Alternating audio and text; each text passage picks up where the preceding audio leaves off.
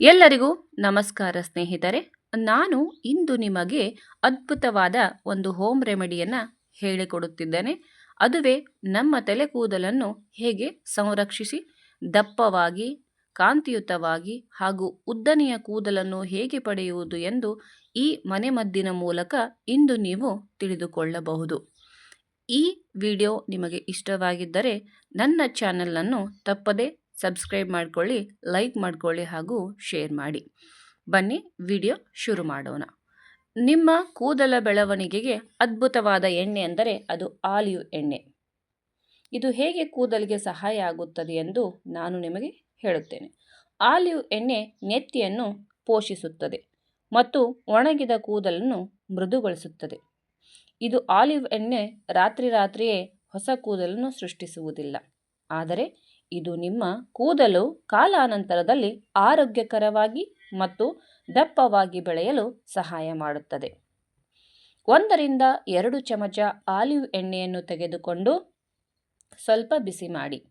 ಬೆಚ್ಚಗಿನ ಎಣ್ಣೆ ಚೆನ್ನಾಗಿ ನಿಮ್ಮ ನೆತ್ತಿಯ ಕೂದಲ ಬುಡವನ್ನು ಹೀರಲ್ಪಡುತ್ತದೆ ಮತ್ತು ನೆತ್ತಿಯ ಮೇಲೆ ಹೆಚ್ಚು ವಿಶ್ರಾಂತಿ ನೀಡುತ್ತದೆ.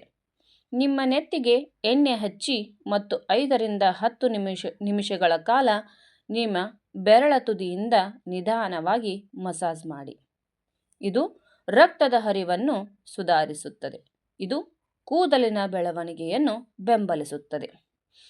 ತಲೆಹೊಟ್ಟು ನಿವಾರಣೆಯಾದ ನಂತರ ಬುಡದಲ್ಲಿ ಆಲಿವ್ ಆಯಿಲ್ ಹಚ್ಚಿದ ಕೆಲವು ದಿನಗಳ ನಂತರ ನಿಮ್ಮ ಹೊಟ್ಟು ನಿವಾರಣೆಯಾಗುತ್ತದೆ.